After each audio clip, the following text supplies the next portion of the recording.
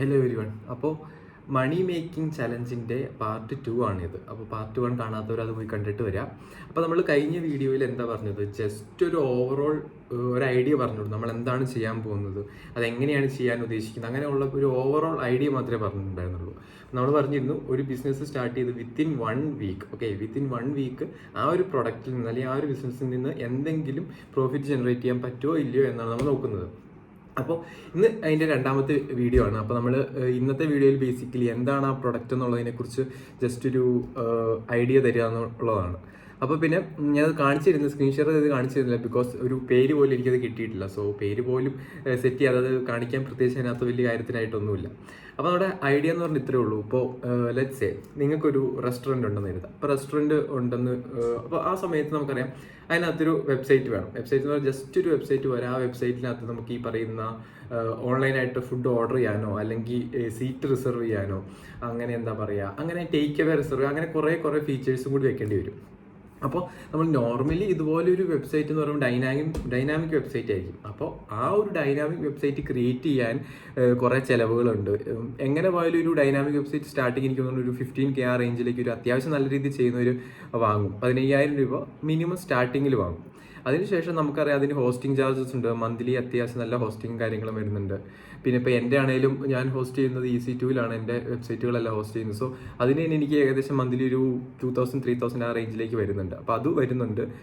Yearly ഉള്ള ബാക്കി maintenance എന്നുണ്ടെങ്കിൽ അതിൻ്റെ ഇത് വരുന്നുണ്ട്. അങ്ങനെ കുറേ ചിലവുകൾ വരുന്നുണ്ട്. അങ്ങനെ ഒരു സെറ്റപ്പ് ചെയ്യാൻ അപ്പോൾ അത് എല്ലാവർക്കും അഫോർഡബിൾ ആയിരിക്കില്ല. അപ്പോൾ അവർ വിചാരിക്കുന്നത് ഇപ്പോൾ എങ്ങനെയാണ്, ഞാൻ ആണെങ്കിലും ഫ്രീലാൻസ് ആയിട്ട് വെബ്സൈറ്റ് ചെയ്യുന്നതിൻ്റെ ഭാഗമായിട്ട് പല റെസ്റ്റോറൻറ്റ്സിനെയൊക്കെ കോൺടാക്ട് ചെയ്തു. അപ്പോൾ അവർ പറയുന്നത് അവർക്ക് അതിന് മാത്രം എമൗണ്ട് സ്പെൻഡ് ചെയ്യേണ്ട കാര്യമുണ്ടോ, അതുകൊണ്ട് എന്താ ഗുണം എന്നുള്ള കുറേ കാര്യങ്ങൾ അവർ ചോദിക്കുന്നത്.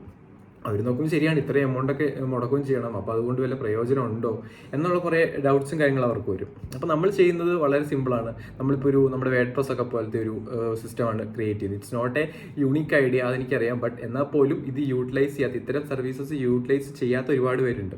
അപ്പോൾ അവരെ ടാർഗറ്റ് ചെയ്തിട്ട് ഒരു എന്താ പറയുക, ചെറിയൊരു എന്ന് വെച്ചാൽ വലിയൊരു മാർക്കറ്റ് ഉണ്ടോ എന്ന് എനിക്കറിയില്ല, ബട്ട് എനിവേ കുറച്ച് നമുക്ക് ചുറ്റുമുള്ള കുറച്ച് പേരെ ഞാൻ അങ്ങനെ പറ്റുമെന്ന് എനിക്ക് തോന്നുന്നു. അതുകൊണ്ടാണ് ആ രീതിയിൽ സ്റ്റാർട്ട് ചെയ്തത്. സോ ഇതിൻ്റെ ബേസ് എന്ന് പറയുന്നത് നമുക്കൊരു വെബ്സൈറ്റ് ഉണ്ടാകും. ആ വെബ്സൈറ്റിൽ നമ്മുടെ പ്രൊഡക്ട്സ് എല്ലാം ലിസ്റ്റ് ചെയ്യാൻ പറ്റും.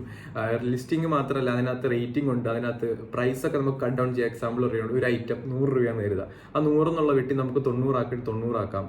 അല്ലെങ്കിൽ പിന്നെ അതിനൊരു ബാഡ്ജിങ് കൊടുക്കാം. അത് ഓരോ ഐറ്റംസ് ആൾക്കാർക്ക് റേറ്റ് ചെയ്യാം. അതിനകത്ത് ഓൺലൈനായിട്ട് ഓർഡർ ചെയ്യാം. ലൈക്ക് ആഡ് ടു കാർട്ട്, അങ്ങനെ വേണ്ട ഇ-കോമേഴ്സ് ആപ്ലിക്കേഷന് വേണ്ട അല്ലെങ്കിൽ വെബ്സൈറ്റിന് വേണ്ട എല്ലാ ഫീച്ചേഴ്സും ഉണ്ട്. ആളുകൾക്ക് അത് ഓർഡർ ചെയ്യാം. കറന്റ് നമ്മൾ ടേക്ക് അവേ മാത്രമേ ഫോക്കസ് ചെയ്യുന്നുള്ളൂ, ഡെലിവറി സിസ്റ്റത്തിലേക്ക് നോക്കുന്നില്ല. കാരണം ഓൾമോസ്റ്റ് റെസ്റ്റോറൻറ്റ്സിനൊന്നും ഡെലിവറി സെറ്റപ്പ് ചെയ്യാനുള്ള ഒരു ഇതില്ല. അപ്പോൾ അതുകൊണ്ടാണ് അവർ ഈ പറയുന്ന സ്വിഗ്ഗി, സൊമാറ്റോ പോലത്തെ ഒരു പ്ലാറ്റ്ഫോംസ് യൂസ് ചെയ്യുന്നത്. ബട്ട് അതേസമയം ടേക്ക് അവേ ആണെങ്കിൽ അവർക്ക് വേറെ ഒരു ബുദ്ധിമുട്ടില്ല. ആളുകൾ ഓൺലൈനിൽ ഓർഡർ ചെയ്യുന്നു. അപ്പോൾ 10-20 മിനിറ്റ് അല്ലെങ്കിൽ 1/2 മണിക്കൂർ ആകുമ്പോഴേക്കും ഫുഡ് റെഡി ആകുമ്പോഴേക്കും ഈ ആൾക്കാർ ആ റെസ്റ്റോറൻറ്റ് വന്നു കഴിഞ്ഞാൽ കളക്ട് ചെയ്തിട്ട് പോകും. അപ്പോൾ അത്തരം ഫീച്ചേഴ്സ് മാത്രം ഇൻറ്റഗ്രേറ്റ് ചെയ്യുന്ന ഒരു പ്ലാറ്റ്ഫോമാണ് ഇപ്പോൾ നമ്മൾ ചെയ്യുന്നത്. അപ്പോൾ അതിൻ്റെ ഒരു ഫ്രണ്ട് എൻഡ് എന്ന് പറയുന്നത് ഈ പറയുന്ന ഒരു എന്താ പറയുക, ഒരു വെബ് പേജ് ആയിരിക്കും. ഈ പറയുന്ന ആളുകൾക്ക് ഓർഡർ ചെയ്യാനുള്ള സെറ്റപ്പും കാര്യങ്ങളും. അപ്പോൾ അതുമായി ബന്ധപ്പെട്ട് വേറെ എന്തൊക്കെ ചെയ്യാൻ പറ്റുമെന്ന് വെച്ചാൽ അതിൻ്റെ ഒരു ഡാഷ്ബോർഡ് ഉണ്ടാകും. ഡാഷ്ബോർഡിലാണ് ഈ പറയുന്ന റെസ്റ്റോറൻറ്റ് അവരുടെ ഓർഡേഴ്സും മാനേജ് ചെയ്യുന്നത്, ഐറ്റംസ് മാനേജ് ചെയ്യുന്നത്, കസ്റ്റമേഴ്സിനെ മാനേജ് ചെയ്യുന്നത്.